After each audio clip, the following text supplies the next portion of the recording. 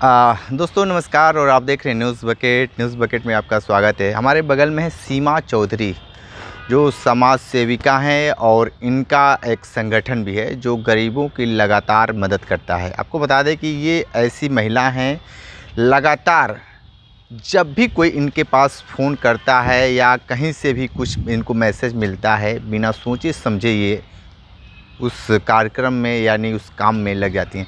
सीमा जी, अपने बारे में थोड़ा दर्शकों को बताइए। जी, पहले तो आप सभी को नमस्कार। मेरा नाम सीमा चौधरी है और मैं वाराणसी से ही हूँ।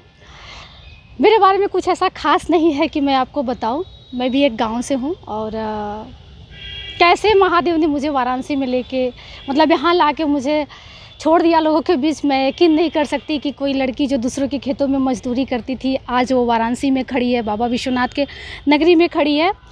और रही लोगों की मदद करने का, तो मैंने खुद झेला है। मैं कहूँ जितना मैं परेशान हुई हूँ, जिन जिन परिस्थितियों से मैं गुजरी हूँ, उन परिस्थितियों में मैंने अपने पापा को खोया और मैं उनको बचा नहीं पाई। तो बस मुझे लगता है कि मैं किसी के तो काम आ जाऊँ, क्योंकि लाइफ है। जब मुसीबत में आपके पास कभी कभी पैसे होते हुए भी कंधे नहीं होते कि आप उनके साथ खड़े हो।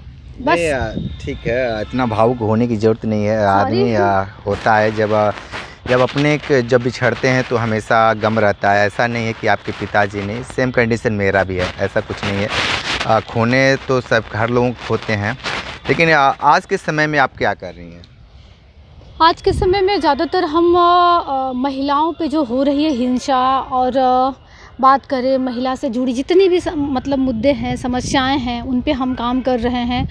घरेलू हिंसा से लेकर के कोई भी ऐसा रहता है केस हमारे पास आता है तो हमें जाना पड़ता है। ऐसा नहीं कि प्रशासन कहीं काम करती है, लेकिन कहीं न कहीं लापरवाही अभी भी चौकी और थाना स्तर पे होता है, तो हम उनके लिए आवाज़ उठाते हैं, प्रशासन से, उच्च अधिकारियों से मांग करते हैं। साथ में हमारी संस्था जो बच्चे खो जाते हैं, जो मिसिंग केसेस होते हैं, उन पे भी काम करते हैं, क्योंकि जब परिवार अपने से जब बिछड़ता है ना, तो पागलों की तरह दर दर भटकता है। ऐसे में जब उनको कोई सहारा नहीं मिलता है तो और ही बुरी तरीके से वो लोग टूट जाते हैं।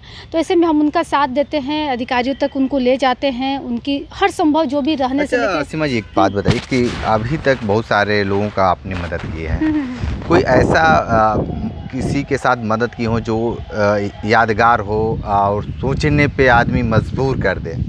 जी हाँ, एक देवांश नाम का लड़का था जो कानपुर का था। वाराणसी में उसकी गर्लफ्रेंड ने अपने बॉयफ्रेंड के साथ जो है मिल करके उसकी हत्या कर दी थी। मैं पूरे महीने उस केस में परेशान रही। रात भर हम लोग दौड़ते थे, लखनऊ से लेके बिहार तक हम लोगों ने एक कर डाला।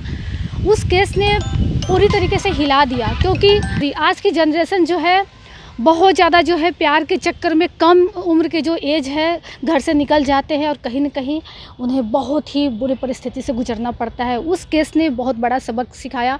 उसके माँ बाप रोड पे भटकते थे, रोड पे सोते थे, हम उनको अपने घर ले गए, उनको अपने घर माँ बाप की तरह रखते, क्योंकि वो जो बिलखते थे ना, वो हमसे देखा नहीं जाता। वो मेरे लिए यादगार है। और दूसरा एक मामला गाजीपुर का है, जो कैंट स्टेशन से 6 साल की बच्ची खो जाती है और आज तक उसकी माँ भटकती रहती है, लेकिन अभी तक उनकी बच्ची नहीं मिली है। सीसीटीवी फुटेज होने के बावजूद भी प्रशासन कुछ नहीं कर पाई उसके लिए, और आज तक भी हम लोग लगे हुए हैं, लेकिन कुछ नहीं हो पाया, क्योंकि कहीं न कहीं हम लास्ट आके रुक जाते हैं प्रशासन पे, और वही हमारा एक लास्ट उम्मीद है। हम क्या करेंगे, उनसे मांग ही सकते हैं ना, हमारे अंदर वो अधिकार नहीं है ना कि हम कुछ भी कर सकते हैं। अगर हमको कुछ भी कर जाना तो अब तक ज़मीन आसमान कर गए होते। बिल्कुल।